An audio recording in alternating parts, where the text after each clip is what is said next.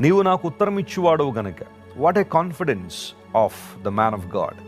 దైవజనుడైన దావీదు గారికి ఉన్న కాన్ఫిడెన్స్ ఎంత గొప్పదో చూడండి. వీటి మీద కాన్ఫిడెన్స్ ఉంది, ఎవరి మీద కాన్ఫిడెన్స్ ఉంది అంటే దేవుని మీద. నీవు నాకు ఉత్తరం ఇచ్చువాడవు. ఉత్తరం ఇస్తామేమో అని అనలేదు. ఆన్సర్ అన్న చోట అన్నా అనే హిబ్రూ పదం వాడబడింది. దాని అర్థం దేవుడు మనల్ని కన్సిడర్ చేస్తున్నాడు, ఆయన పట్టించుకుంటున్నాడు. ఆన్సర్ ఇవ్వడం అంటే పోనీ ఏదో అడుగుతున్నాడు కదా ఇచ్చేద్దాం అన్నట్టు కాదట. ఆయన పట్టించుకునే దేవుడట. ఆయన అణువణువున మనల్ని నడిపించే దేవుడు ఆయన. ఏదైతే మనం దేవుని సన్నిధిలో ప్రార్థన చేస్తున్నామో, విశ్వాసంతో ఆయన వైపు చూస్తున్నామో, ప్రభువా నీవేనా ఆశ్రయం, నీవేనా ఆధారం, నీవు తప్ప ఎవరు లేరు అని దేవునికి ఎవరైతే తాము సంపూర్ణంగా సమర్పించుకుంటారో దేవుడు వారి ప్రార్థనలకు జవాబిస్తున్నాడు. లేఖనాల్లో మీరు చూడండి, ఆదికాండం నుంచి ప్రకటన వరకు జాగ్రత్తగా మనం చదివితే ఎంతోమంది భక్తుల ప్రార్థనలు దేవుడు అంగీకరించి చరిత్రలో ఎన్నో అద్భుతమైన కార్యాలు ప్రభు జరిగించారు.